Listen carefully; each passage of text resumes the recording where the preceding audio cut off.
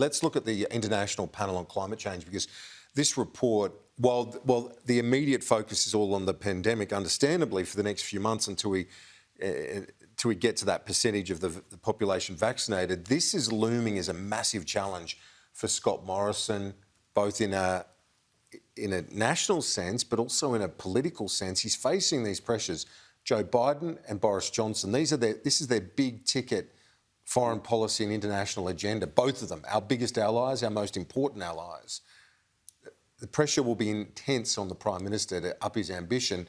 At home, you've got Barnaby Joyce and the Nationals pulling him the other way. How does he navigate that? I think there's a debate going on within the coalition, there's no doubt about that, and that is to be expected, to be honest, because it is the coalition that holds 95% of rural and regional seats. So there is a genuine debate about who bears the weight of this. I think from everything I'm hearing, there's great and productive discussions going on within the coalition around this.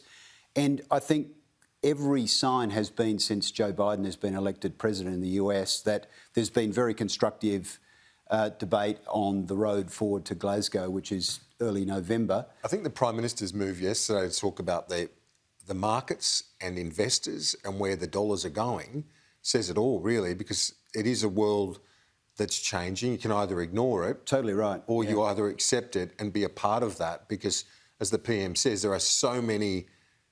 The money speaks in this space. Absolutely, and you can see where this is going, and this is the great opportunity, because there's a ton of really good things that are going on with technology.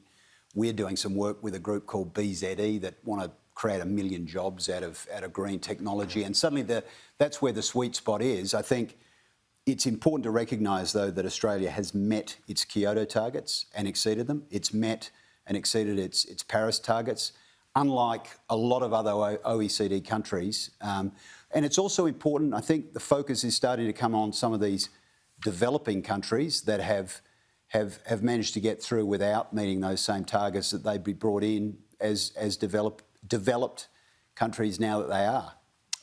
Were you encouraged by some of the language from the Prime Minister in the wake of the IPCC report, the first in 8 years? I think the big thing for the Prime Minister is he's got the wrong policy settings.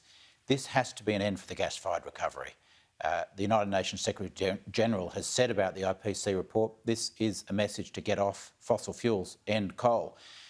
There's no way the Prime Minister can go to Glasgow saying we've got a gas-fired recovery.